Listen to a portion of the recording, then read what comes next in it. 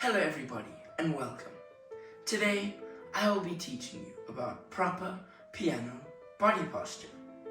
Well, you're probably thinking to yourself, what is body posture? In simple terms, it is the positioning of your body when performing a specific task. Piano body posture is split into 4 segments: your back positioning, your leg and feet positioning, your arm positioning, as well as your hand and finger positioning. Firstly, let us start off with back posture. When focusing on your back positioning, it is vital to remember not to hunch yourself over, because this can cause you to become hunchback and it will result in aches and pains, and you'll become much more tired after a practice session. The correct way to sit would be upright and straight. Although sitting like this, you must remember not to be tight and rigid, but rather relaxed and flexible.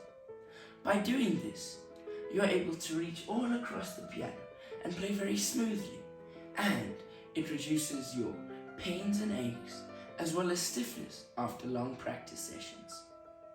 Secondly is your feet and leg positioning.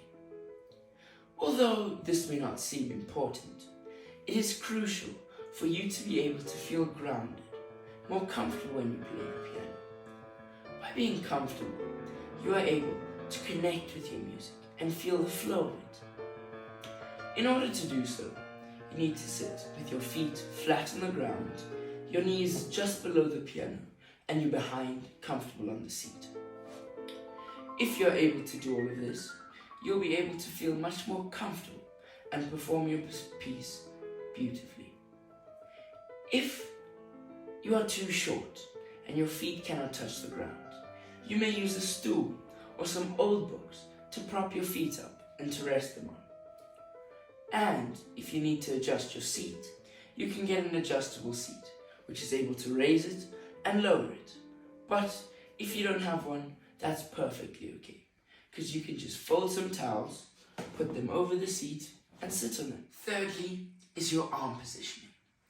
When focusing on this, the key thing to remember is your distance from the chair to the piano.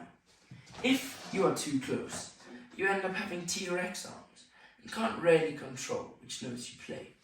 But if you are too far, your arms end up being dead straight and you can't even reach all of the notes. But if you're the perfect distance away from the piano, with your elbows just slightly in front of your torso, so that your arms are not straight, but rather slightly bent, this will allow you to control all the notes from the top of the piano to the bottom. Last, and definitely not least, is your hand and fingering position. Some might even say that it is the most important of them all. When thinking of this, the most important thing to remember is to imagine that your wrist is a puppet and there is an imaginary string pulling it up. By doing this and lifting your wrist, you force your fingers into an arc, which is perfect. Or whilst lifting your wrist, you must imagine that there is a bubble underneath and you do not want to pop it. By doing all of this, you are able to put emphasis on your notes, play them evenly, produce more full notes, and produce a much better sound out of the piano. Let's recap. Feet flat on the floor, knees directly below the piano, backside flat on the seat, back upright and straight, elbow straight in front of your torso, wrists lifted, fingers arced, and a bubble underneath your wrist. In conclusion, posture is vital to be able to play the piano properly. It enables you to play your notes more fully, to play them evenly, and to produce beautiful sounds out of the piano. It helps you to conserve your energy, all at the same time whilst playing it properly. It reduces your risk of injury and helps you to be much more comfortable at the piano.